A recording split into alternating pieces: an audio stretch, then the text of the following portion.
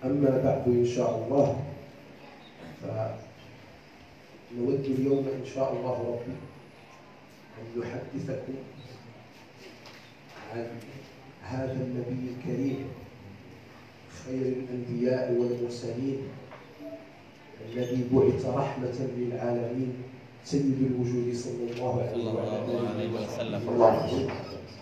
ونود إن شاء الله أن نتحدث عن هذه النعمة الكريمة العظيمة التي لا تقارن بأي نعمة أخرى، وهي نعمة اتباعه صلى الله عليه وسلم.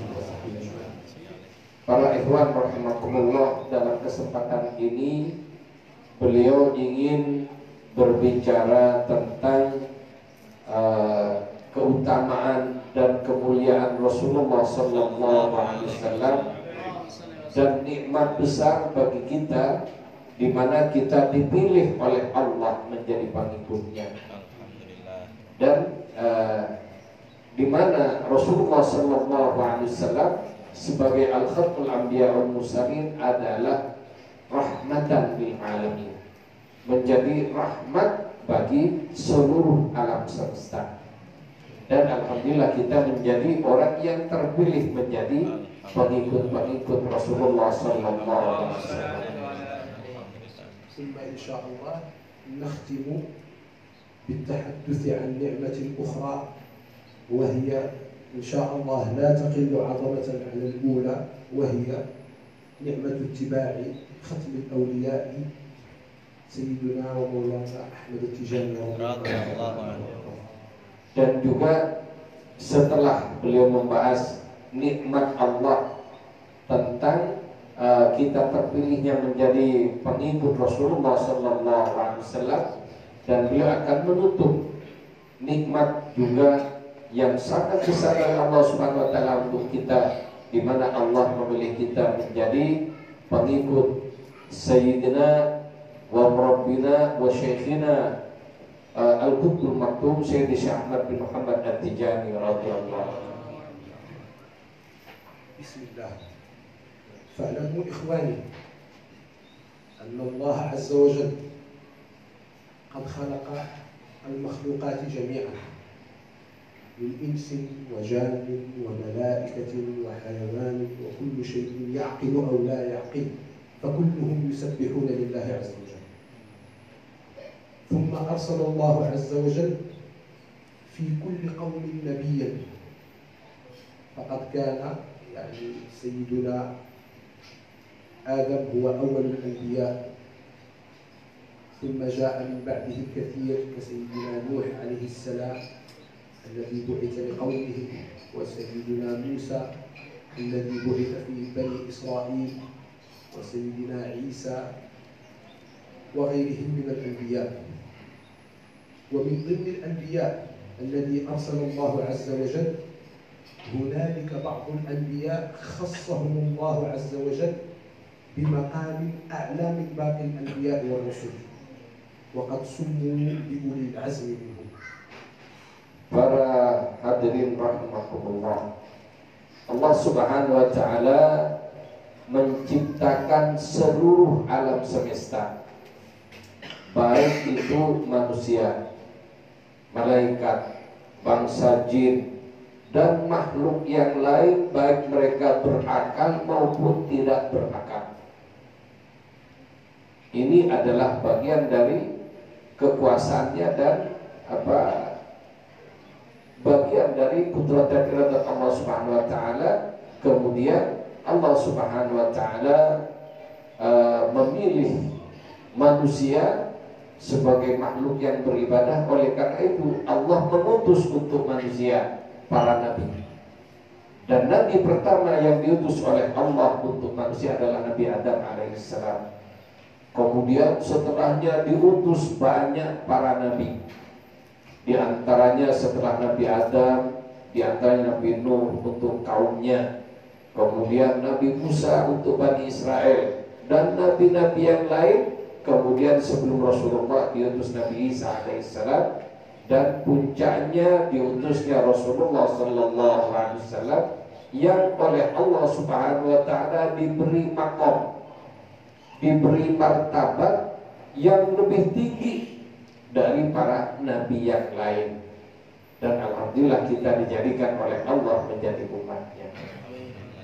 فهؤلاء الرسل الذي أعطاهم الله مقاما لم يعطه لباقي الرسل ألا وهم أولي العزم قد خصهم الله ببعض من المكانات وبعض من المعجزات لم يدركها باقي الرسل. فمثلا سيدنا عيسى عليه السلام الذي أبرأ الأكمه والأبرص وأحيا الموتى وتكلم في المهد، كل هذه معجزات خص الله بها هؤلاء الرسل، وكلها معجزات جاءت في قومه فقط، ومعجزات كانت محدودة في زمان ومكان معين. Para ikhwan rahimahumullah, jadi dari para nabi tersebut Allah pilih nabi yang mendapatkan mangkok khusus, yaitu nabi yang bergelar sebagai ulul azmi. Kemudian dari mereka ini ada nabi yang hanya memang diutus untuk kaumnya,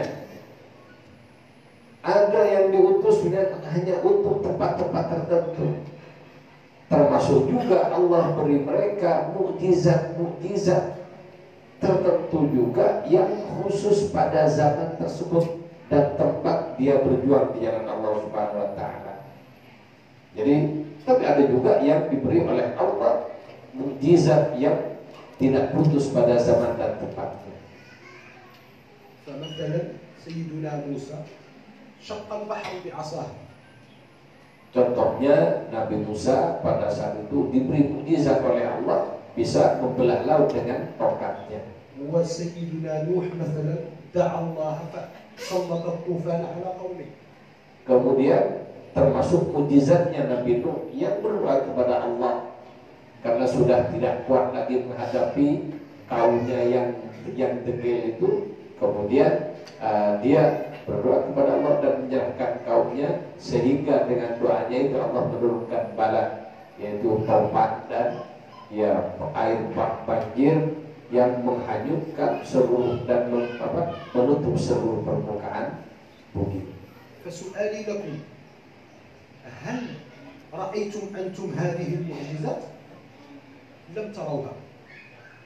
Kemudian apakah Anda saat ini bisa melihat mukjizat ini? Ya, kata beliau, tidak mungkin karena sudah terjadi pada zaman dulu. Cuma kita meyakini itu terjadi dengan benar-benar. ولكن صدقناها لأنها في كتاب الله عز وجل. Kemudian kita walaupun tidak melihat, kita yakin karena apa? Hal tersebut tertulis dalam kitab Allah, yaitu Al-Quran. وهنا نأتي إلى معجزة سيدنا محمد صلى الله عليه وسلم. Kemudian disitulah mukjizatnya Rasulullah sallallahu alaihi wasallam. وهي المعجزة الوحيدة بين جميع الرسل التي تبقى إلى قيام الساعة بإذن الله. Yaitu mukjizat yang mana mukjizat Nabi yang lain putus pada zamannya, tapi ada mukjizatnya Rasulullah yang tidak putus sampai kiamat. وهي التي قال الله عز وجل فيها إن بسم الله الرحمن الرحيم إنا نحن نزلنا الذكر وإنا له لحافظون. Yaitu Al-Quran, ya, Al-Quran yang ini mukjizat Nabi yang tidak putus sampai kiamat, yang di dalamnya Allah sendiri menyatakan yang menjaga Quran tersebut dengan firman-Nya, Inna nahnu nazzalna dzikra. Sesungguhnya kamilah yang menurunkan al-dzikra. Apa dzikra? Al-Quran. Wa inna lahafidun, dan kamilah yang benar-benar menjaga Quran itu sendiri. Jadi Quran dijaga oleh Allah.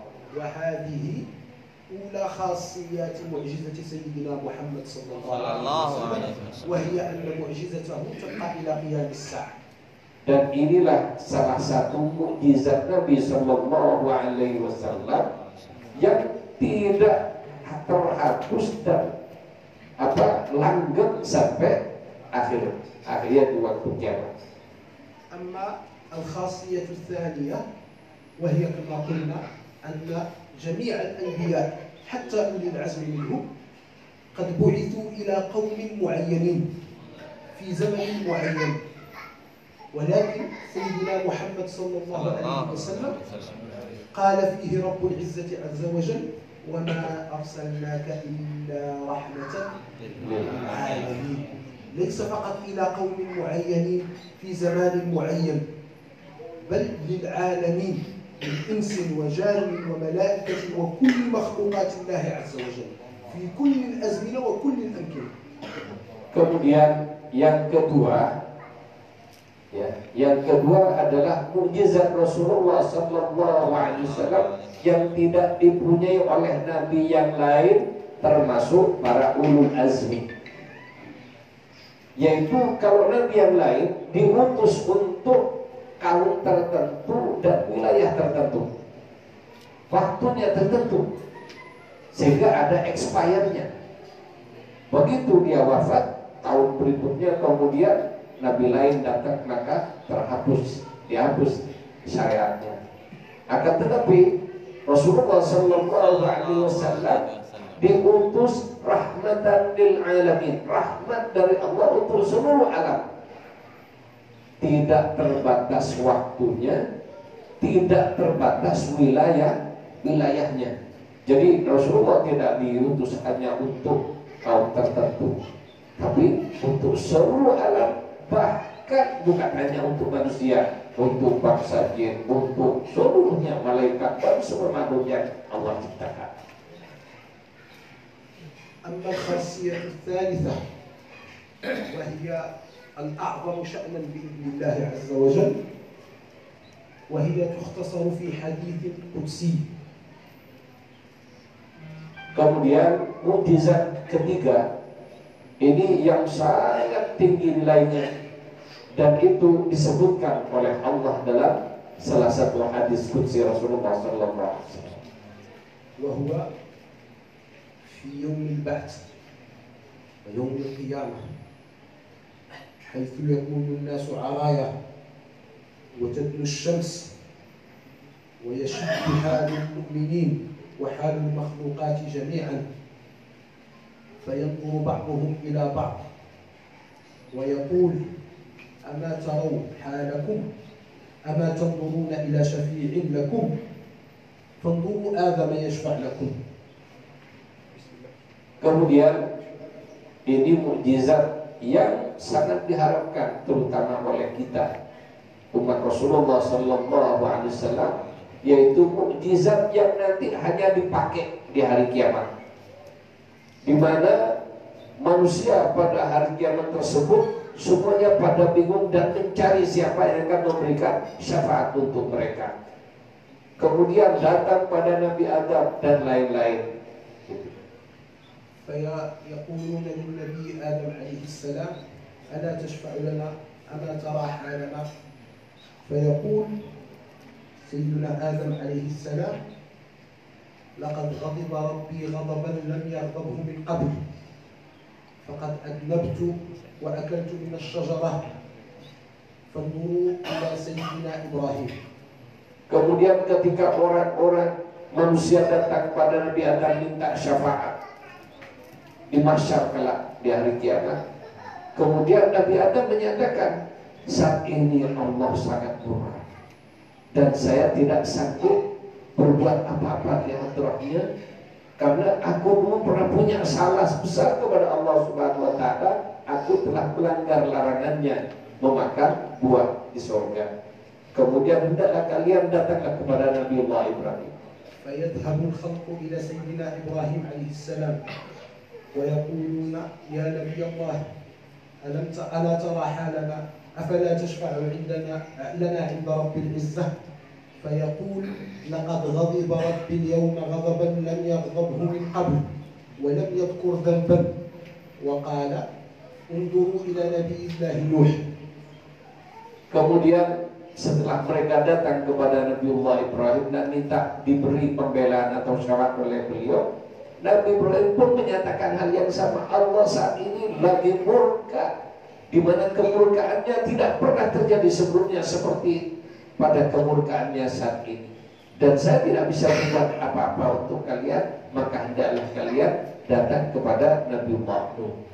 فيذهب الناس إلى نبي الله نوح عليه السلام ويقولون يا نبي الله أفلا تنظر في حالنا أفلا تشفع لنا عند رب العزة فيجيب سيدنا نوح لقد غضب ربي اليوم غضبا لم يغضبه من قبل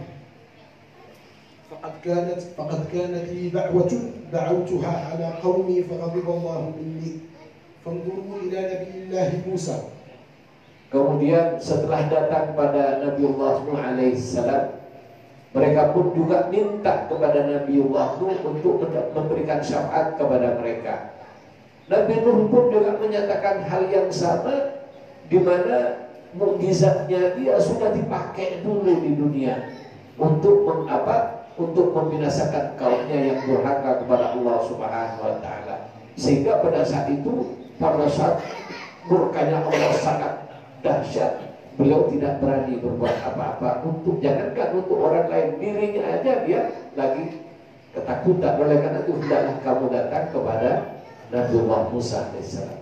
فيذهب الناس إلى نبي الله موسى عليه السلام وقد اشتد بهم الأمر ويقولون يا نبي الله أنت كليم الله أن الله عز وجل قال وكلم الله موسى تكليما فيقولون أنت كليم الله بعد أن كلموا سيدنا إبراهيم وقالوا أنت خليل الله فيقول سيدنا موسى لقد غضب ربي غضبا لم يغضبه من قبل وقد قتلت نفسا بغير حق فغضب الله عليه فانظروا إلى نبي الله عيسى.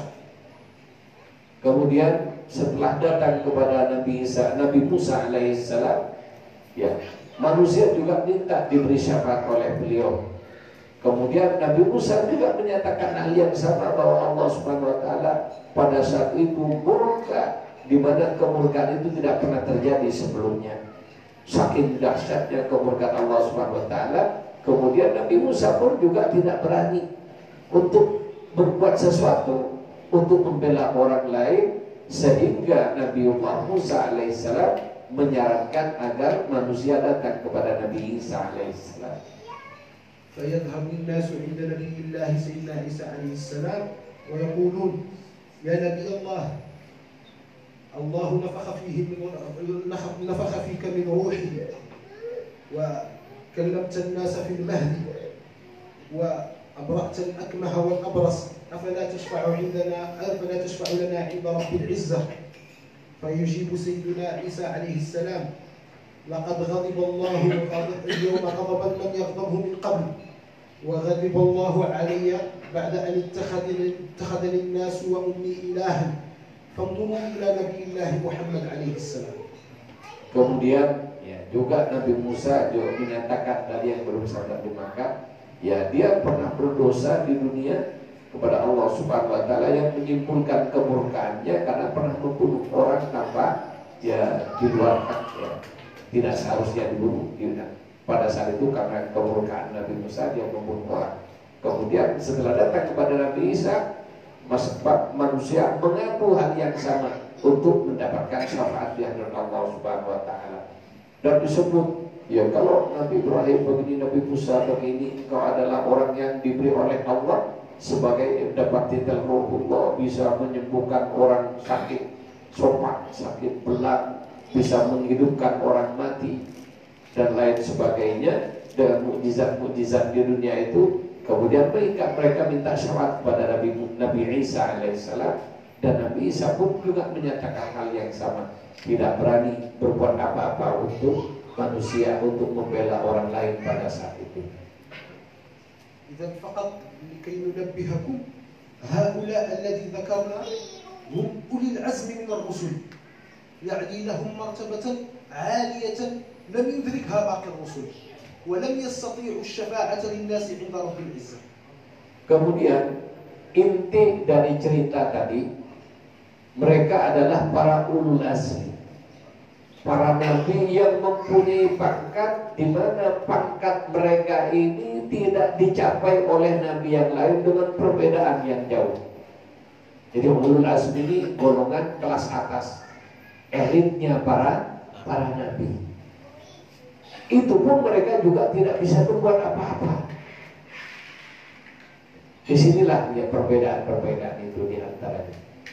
ثم يذهب الناس عند سيدنا محمد صلى الله عليه وسلم ويقولون له يا نبي الله يا رسول الله أنت ختم الأنبياء والمرسلين أفلا تنظر حالنا أفلا تشفع لنا عند رب العزة فيجيب صلى الله عليه وسلم ويقول أنا لها. Kemudian para ikhwan rahimakumullah, setelah itu manusia berbondong-bondong mendatangi Rasulullah sallallahu alaihi wasallam.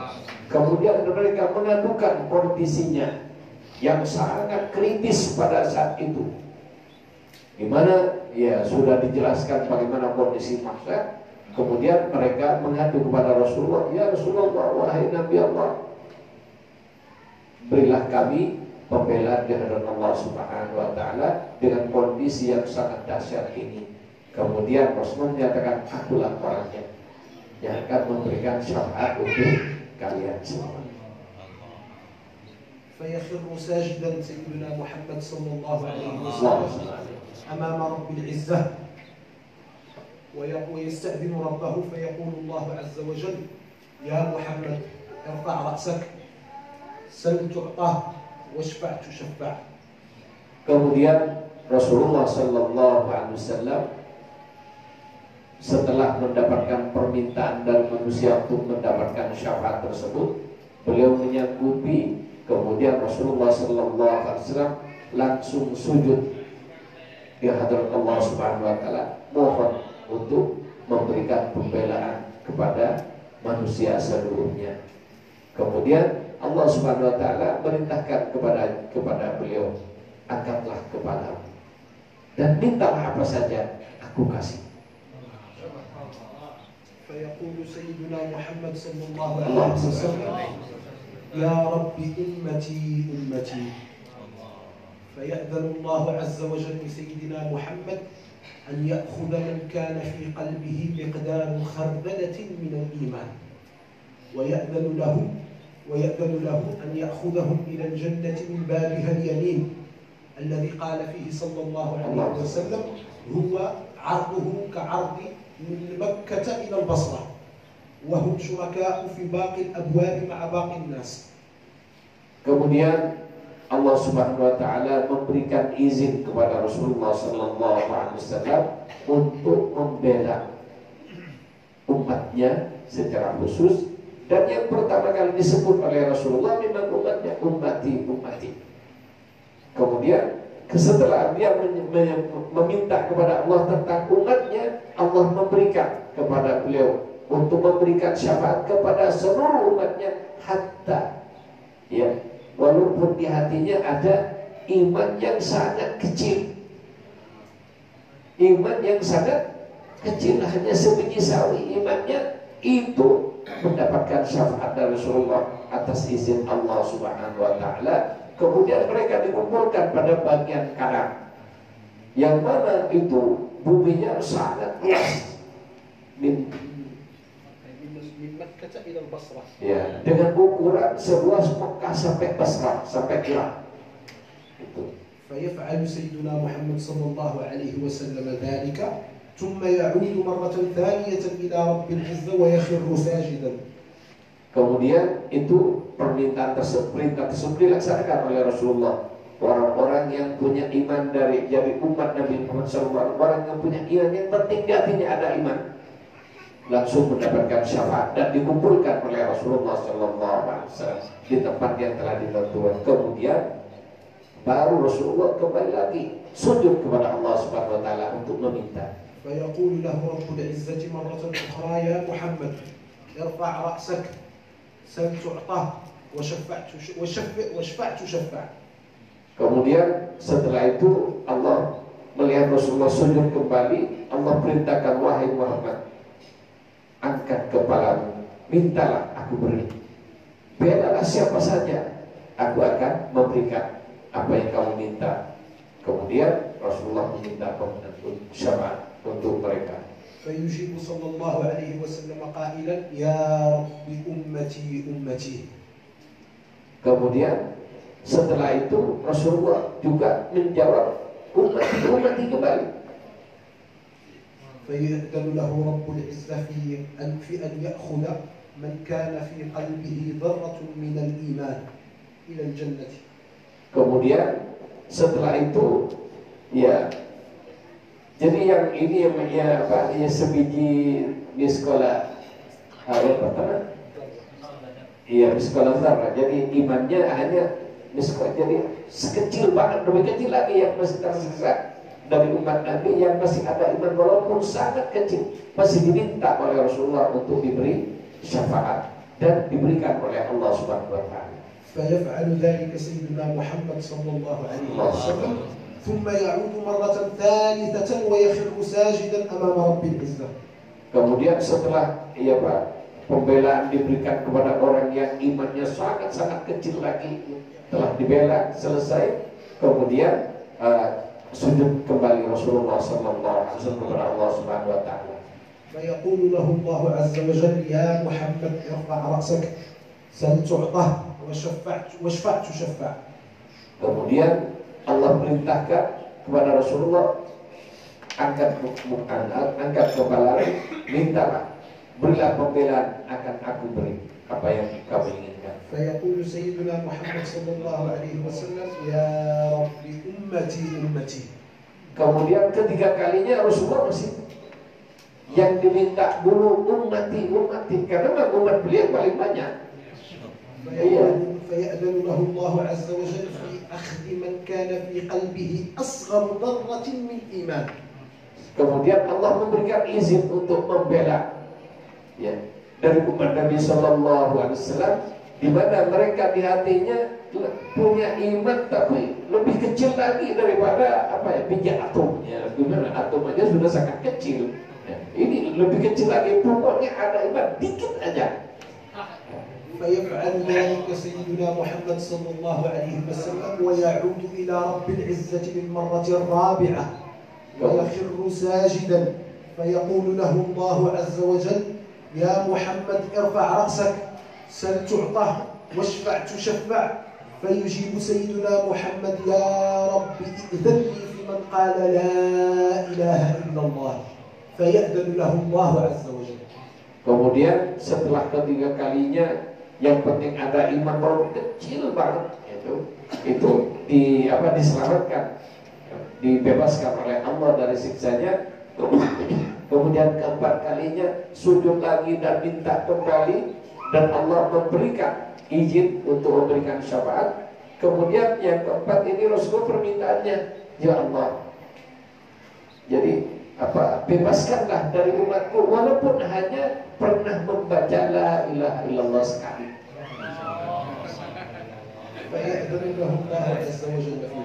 Kemudian Allah memberikan izin untuk pembelaan itu kepada Rasulullah sallallahu alaihi wasallam. Mari kita bersalawat kepada Rasulullah sallallahu alaihi wasallam. Allahumma shalli ala sayyidina Muhammad. هذا هو نبي الرحمة. هذا هو النبي الذي يشفع في البشر جميعا يوم 4 مرات بعد أن تولى حتى من عزم أن يشفع مرة واحدة. Jadi para ikhwan,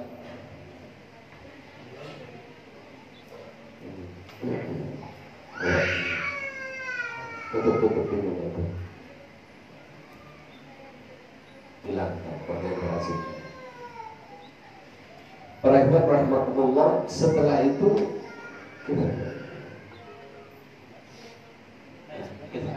هذا هو نبي الرحمة الذي يشفع في البشر 4 مرات بعد أن تولى حتى أولي العزم من الرسل بالشفاعة ولو لمرة واحدة.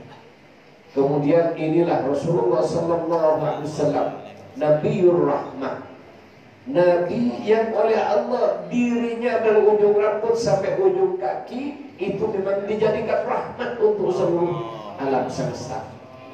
Sehingga beliau ya dalam kedudukannya di mana nabi yang lain tidak sanggup berbuat apapun. Hatta ulul azmi tidak sanggup berbuat apapun dari Allah Subhanahu wa taala.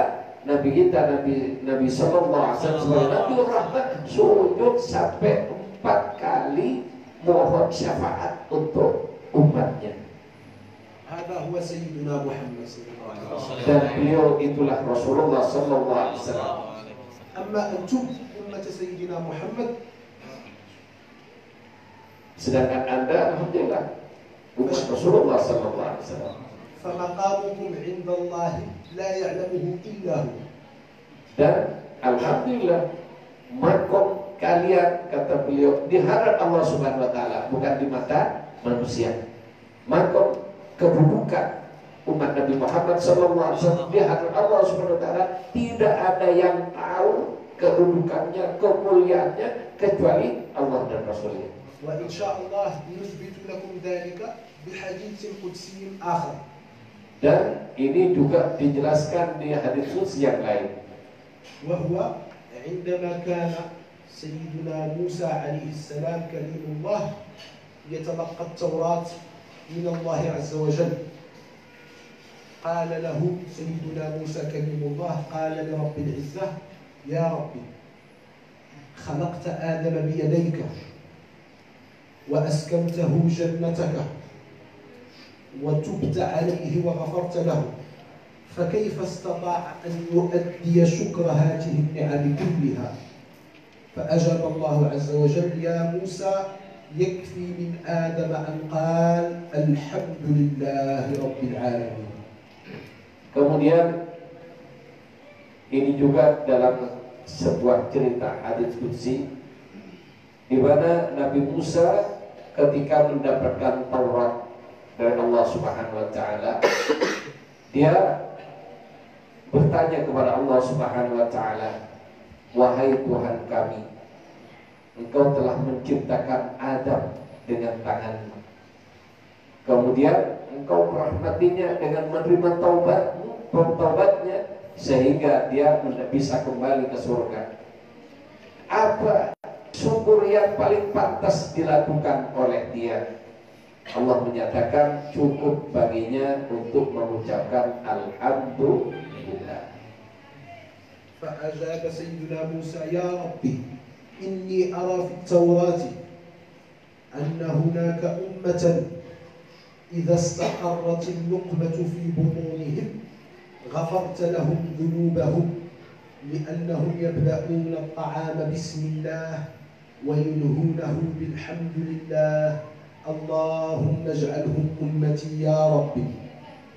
Kemudian Nabi Musa bertanya lagi kepada Allah Subhanahu wa taala, wahai Tuhan kami, saya membaca di Taurat di mana ada umat yang mana ketika dia makan kemudian ketika makanan itu masuk ke dalam perutnya, sebelumnya dia mengucapkan Bismillahirrahmanirrahim, dan setelah selesai makan dia mengucapkan Alhamdulillahirabbil alamin.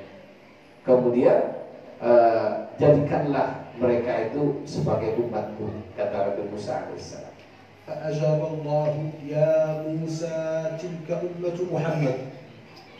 Dan Allah menjawab dengan permintaan Nabi Musa, wahai Musa, itu umat yang aku beri nikmat seperti itu, sebelum makan baca basmalah, setelah makan baca hamdalah ya.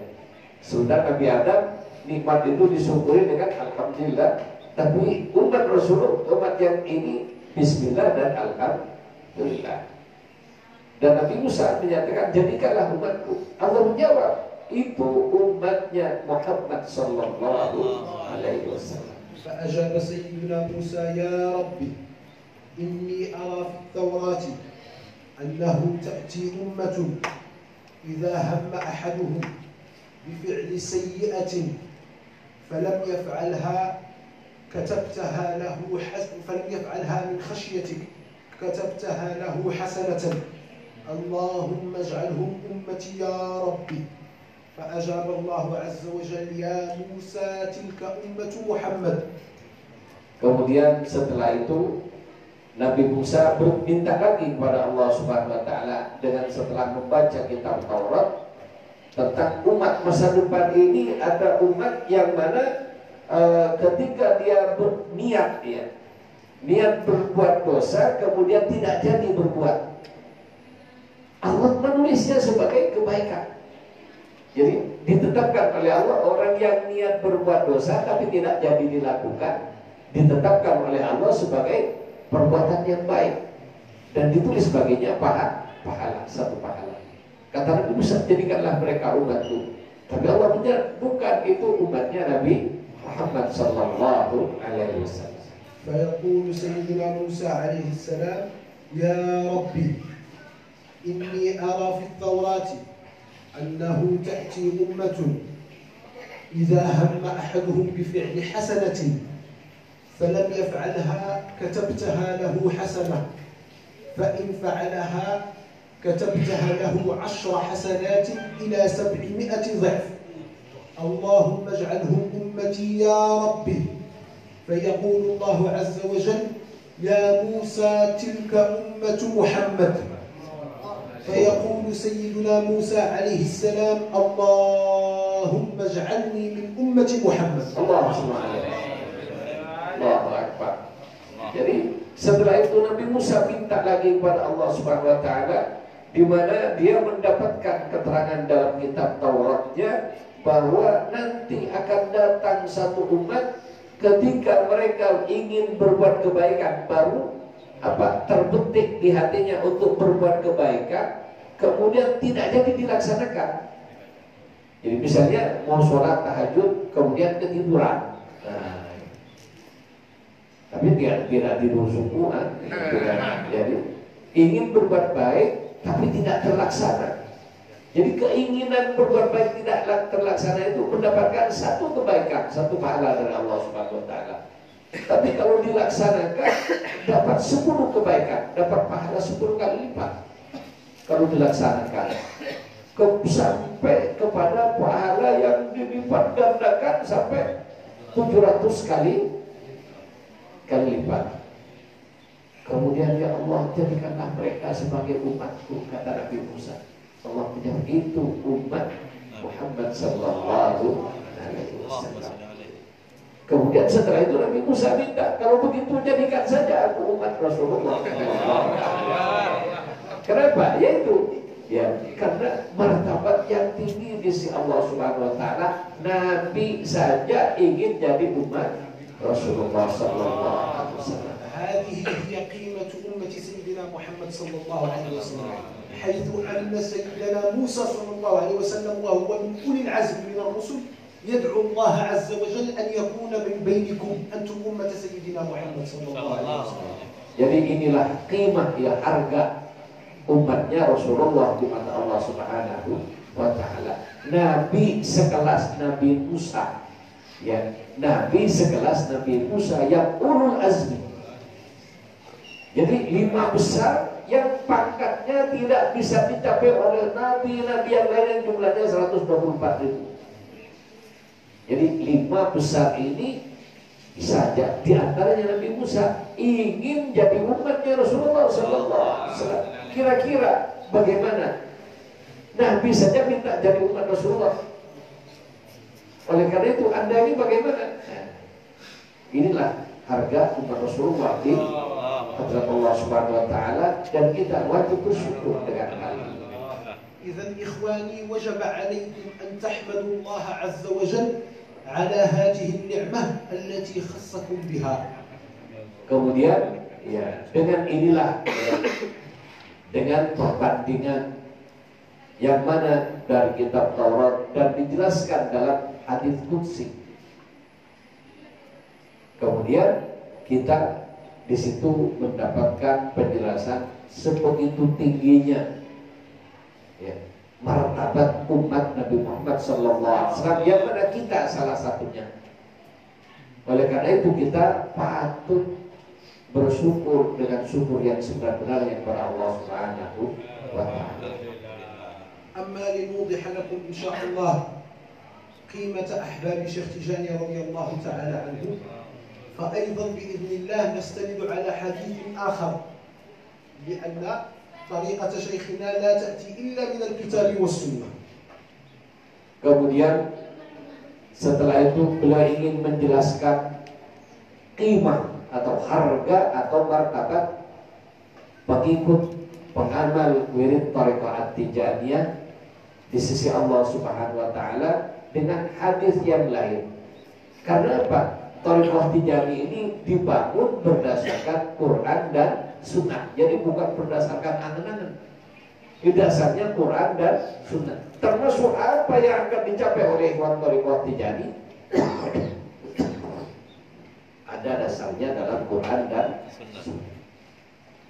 فاعلموا إخواني أنه سيدنا رسول الله صلى الله عليه وسلم كان مع الصحابة فبكي عليه الصلاة والسلام، فسأله الصحابة يا رسول الله ما يبكيك؟ فأجاب صلى الله عليه وسلم اشتقت لأحبابي. Kemudian pada suatu hari, dalam satu hadis, pada suatu hari Rasulullah bersama sahabat berdiri. Tiba-tiba Rasulullah nangis. Dan sahabat bertanya kepada Rasulullah, ya Rasulullah, apa yang membuatku menangis? Yang membuatmu menangis, kata para sahabat. Rasulullah menjawab, aku kangen, rindu kepada kekasihku. فسأله الصحابة مرة أخرى أولسنا أحبابك يا رسول الله. Kemudian para sahabat tanya kepada Rasulullah, bukankah kami ini kekasihmu ya Rasulullah? فأجاب صلى الله عليه وسلم كلا أنتم أصحابي أما أحبابي فقوم يأتون بعدي يؤمنون بي ويحبونني ويتبعوني ولم يروني. Kata Rasulullah kepada para sahabat, kalian ini adalah sahabat-sahabatku. Adapun kekasih-kekasihku adalah nanti orang-orang yang lahir ke bumi tidak pernah melihatku, kata Rasulullah SAW. Akan tetapi orang itu oleh Allah SWT diberi cinta di hatinya kepada Rasulullah, diberi iman hatinya dengan kenabian dan kerasulan Rasulullah SAW, dan mereka setia mengikuti sunnah-sunnah Rasulullah SAW. إذا هذا القوم، هؤلاء القوم الذي تحدث عنهم صلى الله عليه وسلم في هذا الحديث، إذا كانوا موجودون في هذا الزمان فلا بد أن يخصهم صلى الله عليه وسلم بما يميزهم عن باقي الأمة. Kemudian inilah orang-orang yang oleh Rasulullah Sallallahu Alaihi Wasallam secara khusus, ya, secara khusus ditentukan atau dikecualikan dari orang umat-umat Rasulullah yang lain, yaitu umat akhir zaman, ya, dan semoga kita termasuk ya, dari orang-orang yang dirindukan oleh Rasulullah SAW.